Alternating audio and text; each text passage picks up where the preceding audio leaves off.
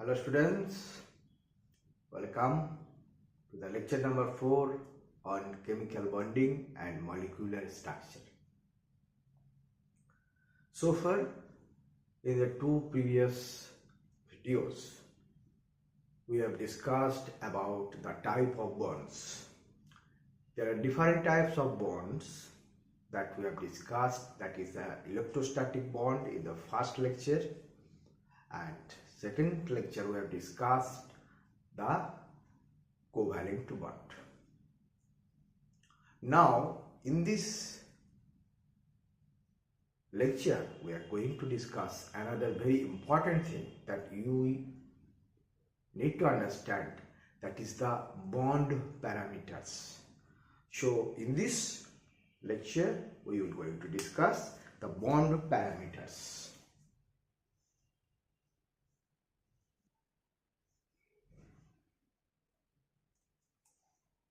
So in this lecture we are going to discuss first the bond length, then we will discuss the bond enthalpy, bond angle and bond order.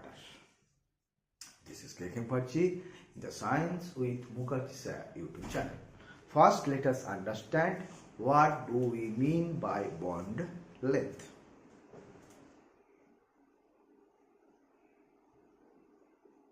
Bond length is defined. It is a average distance.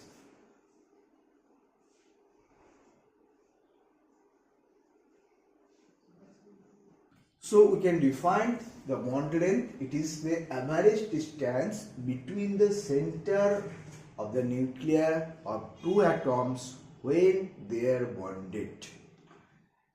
Now, if the atoms are two atoms, suppose atoms is A, one is atom A and another is atom B.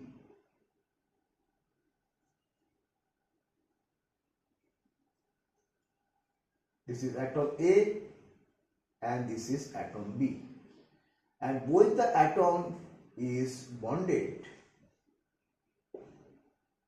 covalently. There is a bond between them, is the covalent bond.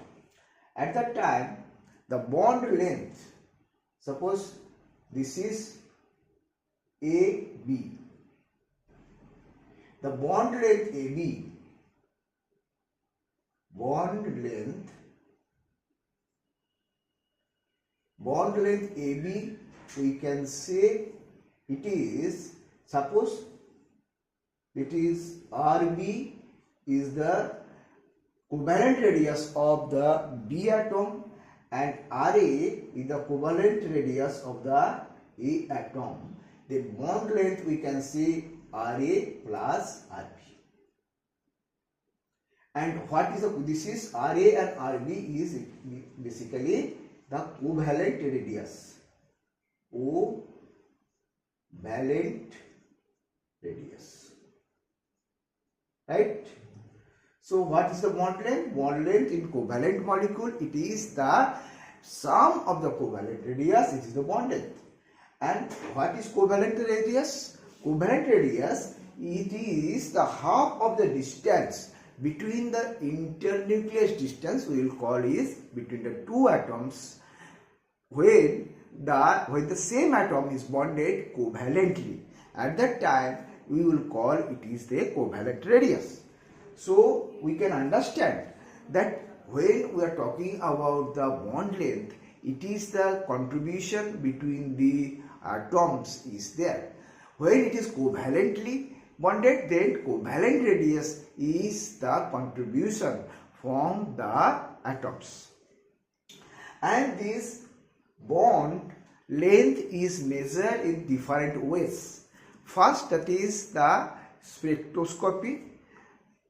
It is designed, it is measured by diffraction technology and the electron diffraction method. In the three ways that we can able to measure the length of the bond in a molecule. Now we understand what is the covalent radius. The bond length in case of the covalent bond, atom is attached to a covalent bond. Now there is another type of bond, another type of radius that we need to understand, that is the van der Waals radius.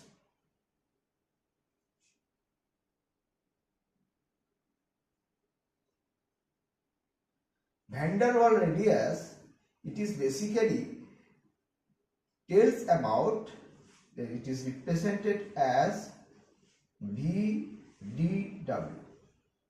van der Waals radius. Van der Waals radius is basically tells about the overall size of the atom, because it includes the valence shell also. Now, what is the definition of van der Waals radius? It is basically the half of the internuclear distance between the same atom in different molecules. This is the van der Waals definition of the van der Waals radius. Now we can understand both the van der Waals radius and the covalent radius. Let us understand for a chlorine molecules.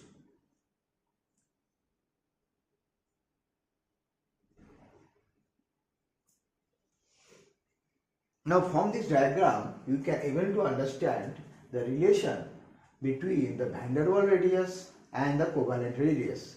This is a chlorine molecule, one chlorine molecule and another chlorine molecules, and you can see within the chlorine molecule, this is the bond length. You can see this 199 pm is the bond length, 199 picometer is the bond length. Then the covalent radius of this will be, that is given by 90 picometer. This is for a chlorine molecule. Now when we are talking about van der Waals radius, it is basically between the two molecules, same atom, the distance between the same atom between the two molecules, and that is internucleus, half of the internuclear distance. Now you can see the internuclear distance between this atom and this atom, this is another molecule and this is other molecule, between these is 360 picometer. And then the van der Waals radius, you can understand, this is the van der Waals radius, internuclear distance between these two atoms in the different molecule, that is given by 180 pm. So this is covalent radius and this is van der Waals radius. Now we are going to discuss another very important thing, that is, now we are going to discuss the factors govern the bond length. Basically factor governs the bond length. There is basically factor number 1, that is the size of the atom, size of atom, and you can easily understand how size of the atom going to play the bond length. That is lower size of atom means lower bond length, lower bond length, lower size of the atom, lower bond length. And for this HX molecule, halogen molecule, we can write that HI having the greater bond length than HBr, HBr is greater bond length than HCl and HF. Then in this process, why it is so? Because the size of this halogen, this is iodine, has a greater size, greater diameter, radius than chlorine, chlorine has greater radius than chlorine, chlorine has greater radius than hydrogen fluoride. And this is how the size of the atom going to influence the bond length. Second factor that is very important, that is multiplicity of the bond. Multiplicity of bond. How that going to influence? Let us understand. If the number of bonds between the same atoms or different atoms is different more, then the bond length will be less. That, as you understand, it is triple bond between the carbon-carbon atom has the least bond length than double bond, and then this is single bond. This is how multiplicity of the bond going to impact the bond length. Third point that is important, the type of hybridization. Type of hybridization. Type of hybridization, what is that? We understand, later we will discuss detail in this hybridization. In this hybridization, that is basically a homogeneous mixture of bonds. We will call it as a hybridization. Bond has been mixed. sp hybridization, sp2, sp3. So S bond, S orbital have the lesser size. S orbital has lesser size. Less size. Then what is going to happen? When there is a higher amount of S character, in a bond, then it will have the lesser bond length. So you can understand sp3 hybridized carbon atom will having the greater bond length. Suppose it is attached to another hydrogen atom, so CH bond length will be greater than the sp2 hybridized carbon and hydrogen. Then it is also again greater than sp hybridized carbon and hydrogen. So you can understand how the bond length is going to be influenced by the type of hybridization.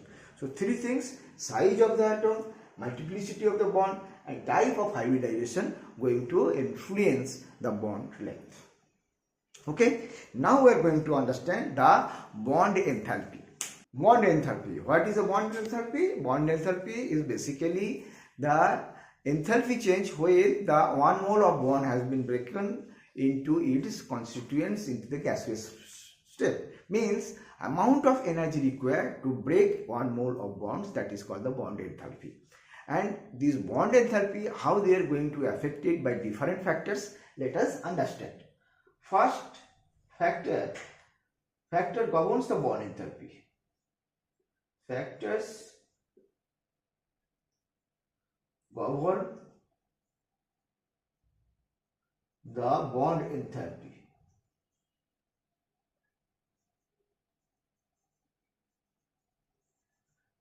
What is the factor? Factor number one factor. The again same thing that's applicable for the bond length.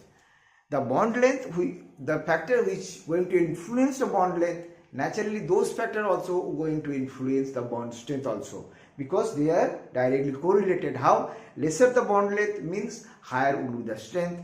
Higher the bond length, lesser will be the strength. So factor cover the bond length, that is size of atom. Means here lesser the size means lesser the bond length that we have discussed earlier. Higher the size, higher will be the bond length, and the bond enthalpy will be directly influenced. Means when the size of the bond small, then bond enthalpy will be higher, because because of this fact the bond length becomes less. So for the size of the atom, we can write this bond enthalpy of this HI will be less than HCl. HCl is less than HBr. HBr is less than HF. So HF have the highest bond enthalpy, because you need higher energy to break 1 mole of bonds of HI as compared to the HF. HF will require a higher amount of energy to break 1 mole of bonds, whereas in the HI it requires comparatively lesser energy. So this is how the size of the atoms going to influence the bond enthalpy. Second thing, multiplicity of bond. Again we can understand the same thing, same way that is going to influence how it influences the bond length. The multiplicity of bond. Higher the bond multiplicity, then higher will be the strength of the bond enthalpy. As for example, hydrogen hydrogen gas. Suppose this is a hydrogen gas. In this hydrogen gas there is a single bond. In this case, what is going to happen when it is break into gaseous atom? At that time the enthalpy normally it is coming around 435 kilojoule per mole. When it is oxygen gas, means there is a double bond between the oxygen, and when it is break into two oxygen atoms and its bond enthalpy, it is found the 498 kilojoule per mole.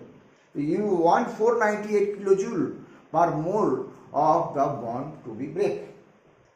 And in case of nitrogen gas, you know that it is having the multiple bond, and to break this you need much more higher energy, that is around 948 kilojoule per mole. So you can see that when the bond number of bond increases, means multiplicity bond is there, more and more bond is there, the enthalpy of the bond is increasing. Okay. Now for suppose H2 is polyatomic atom. In this case you can see it is having the two bonds. Now question arises, when you want to break this bond and this bond, the enthalpy will be same?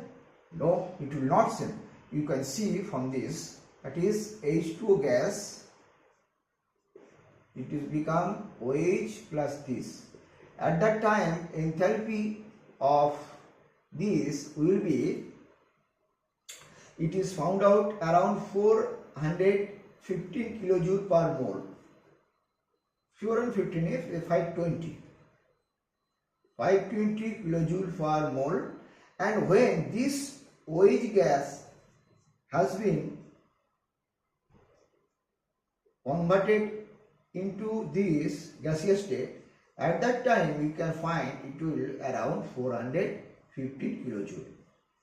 So you can see for breaking this bond you need this amount, for breaking this bond you have this amount.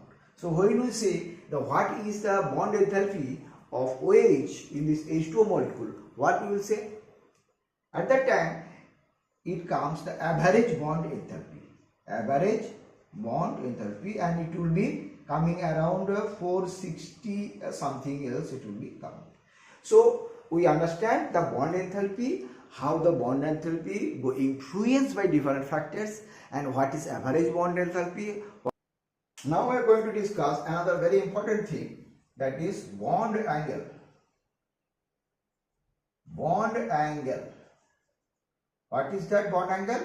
Bond angle is defined, it is the angle between the lines. It is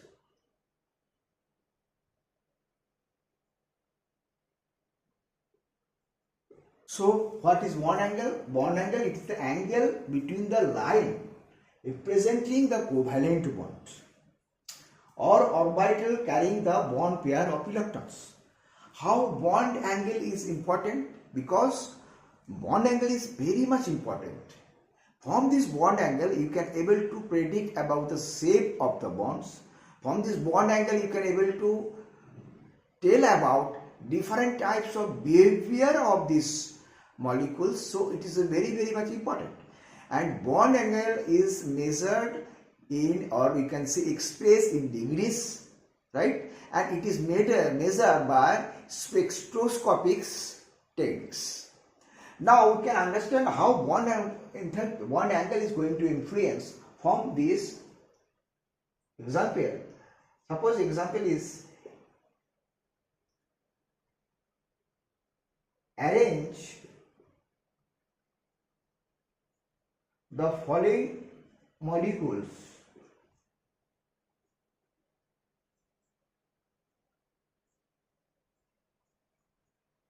in the increasing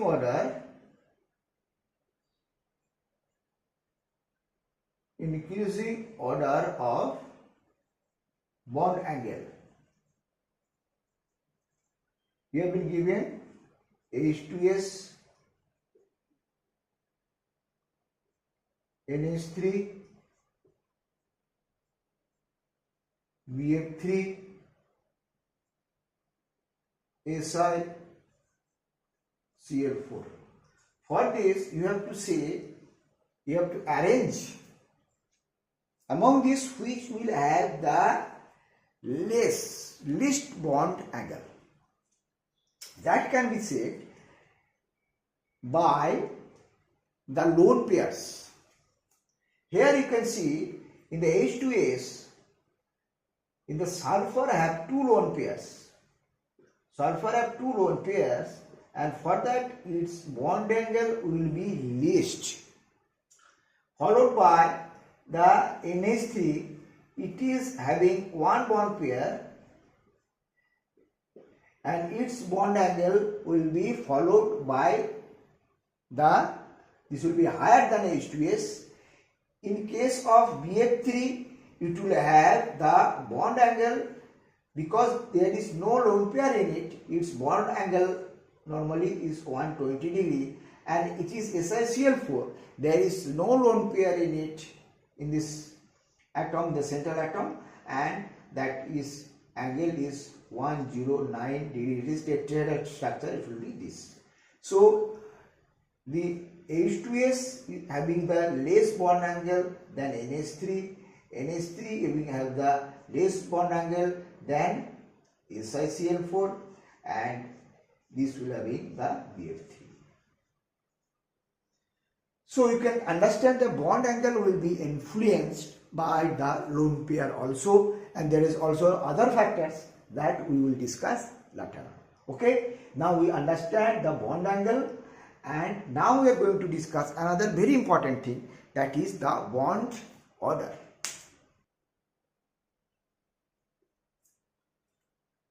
What is bond order? Bond order in Lewis structure of the molecule is being represented by number of covalent bonds between this atom is called the bond order. As for example, H2 molecule is a bond order is 1. Oxygen molecule is bond order is 2. Nitrogen molecule is bond order is 3. So it is bond order is basically the number of covalent bond between the atoms. For the species like CO, NO plus, in this case also it will have the bond order is 3. And another thing important for this species, that is they are isoelectronic species. Isoelectronic species means they have the similar number of electrons present in it. As for example, carbon having the total 6 electrons, oxygen is having 8 electrons, so it will having total 14 electrons. NO plus, nitrogen having 7 electrons, oxygen 8, and you have to make minus, then it will have 14 electrons. So this isoelectronic species, you will always observe their bond order is always same. Okay. Now, how do we correlate bond order with the stability of the molecules? Bond order basically, higher the bond order, that is the rule, higher the bond order. Higher the bond order means higher the strength. Higher the strength means higher the stability of this compound, of this element, and that is the very, very important thing. Higher the bond order means higher the strength of the bond, and lower the bond order means, and this is also say, higher the bond order means lesser the bond length. Lesser the bond length.